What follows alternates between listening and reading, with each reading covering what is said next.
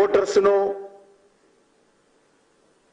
అయోధ్యకు పంపించి గత 10 రోజుల నుంచి కూడా వాళ్ళు వార్తా ప్రసారాలు చేస్తూ ఉంటే మరి ఈరోజు కాంగ్రెస్ పార్టీ వ్యవహరిస్తున్నటువంటి తీరు ఏదైతున్నదో నిజంగా అయోధ్యలో బాలరాముడి విగ్రహ ప్రతిష్ఠ కార్యక్రమానికి వచ్చినటువంటి ఆహ్వానాన్ని తిరస్కరిస్తూ కాంగ్రెస్ పార్టీ తీసుకున్నటువంటి నిర్ణయం ఏదైతున్నదో అది పూర్తిగా దివాలా కోరుతనమని మనం చేస్తా ఉన్నాను.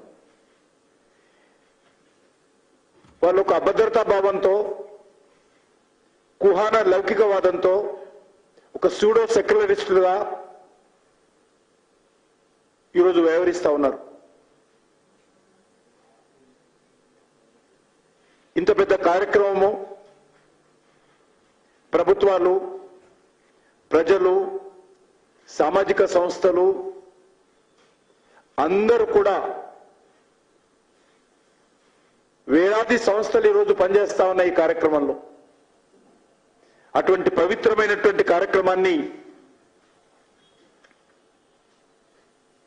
ఈరోజు వ్యతిరేకించడం ఏదైతున్నదో మరొకసారి కాంగ్రెస్ పార్టీ తమ యొక్క హిందూ వ్యతిరేక వైఖరి, హిందుత్వ వ్యతిరేక వైఖరి చాటుకున్నది. ఓటు బ్యాంక్ రాజకీయాల కోసం, బుజ్జగింపు రాజకీయాల కోసం, మతతత్వ రాజకీయాల కోసం, అధికారమే పరమావధిగా గత 75 సంవత్సరాలుగా అంతకు ముందు కూడా కొనసాగిస్తున్నటువంటి తమ దుర్మార్గపు ఆలోచన పరంపరలో భాగంగా ఈరోజు కాంగ్రెస్ పార్టీ మేము అయోధ్యకు రామని చెప్పడం ఏదైతున్నదో ఇది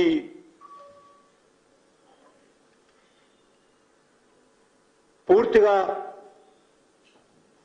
కాంగ్రెస్ పార్టీ రాజకీయ దృక్పథంతో తీసుకున్నటువంటి నిర్ణయం.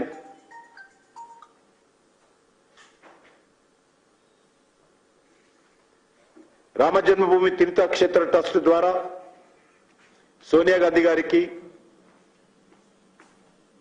ఆ party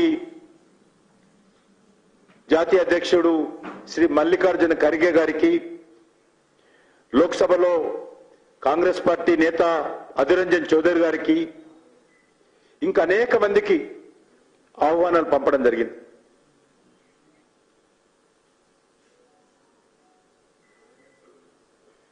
Congress party vote bank అఫీజ్మెంట్ పాలసీలో భాగంగానే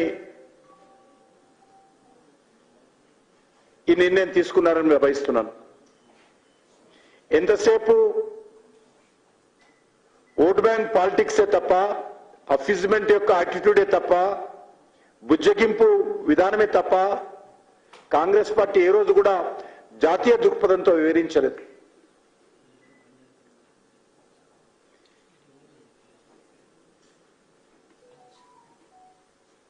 విదేశాల నుంచి దురాక్రమంగా మన దేశాన్ని ఆక్రమించుకొని అయోధ్యలో ఉన్నటువంటి రామజన్మభూమి స్థానంలో ఉన్నటువంటి శ్రీరామ దేవాలయాన్ని ధ్వంసం చేసి, విధ్వంసం చేసి ఏదైతే బాబరు వివరించారో, ఆ తర్వాత 550 సంవత్సరాలుగా పోరాటాలు జరిగినప్పుడు ఆ రోజు ఆర్ఎస్ఎస్ లేదు, ఆ రోజు బీజేపీ లేదు, స్వచ్ఛందంగా ప్రజలు చేశారు. ఇది రాజకీయ పరమైనటువంటి కార్యక్రమం కాదు.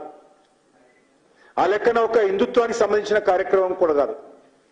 ఇది జాతికి సంబంధించినటువంటి కార్యక్రమం. ఇది అయోధ్య అంటే భారతీయ ఆత్మకు ప్రతిరూపం అనే విషయాన్ని కాంగ్రెస్ పార్టీ అర్థం చేసుకోవాల్సిన అవసరం ఉంది.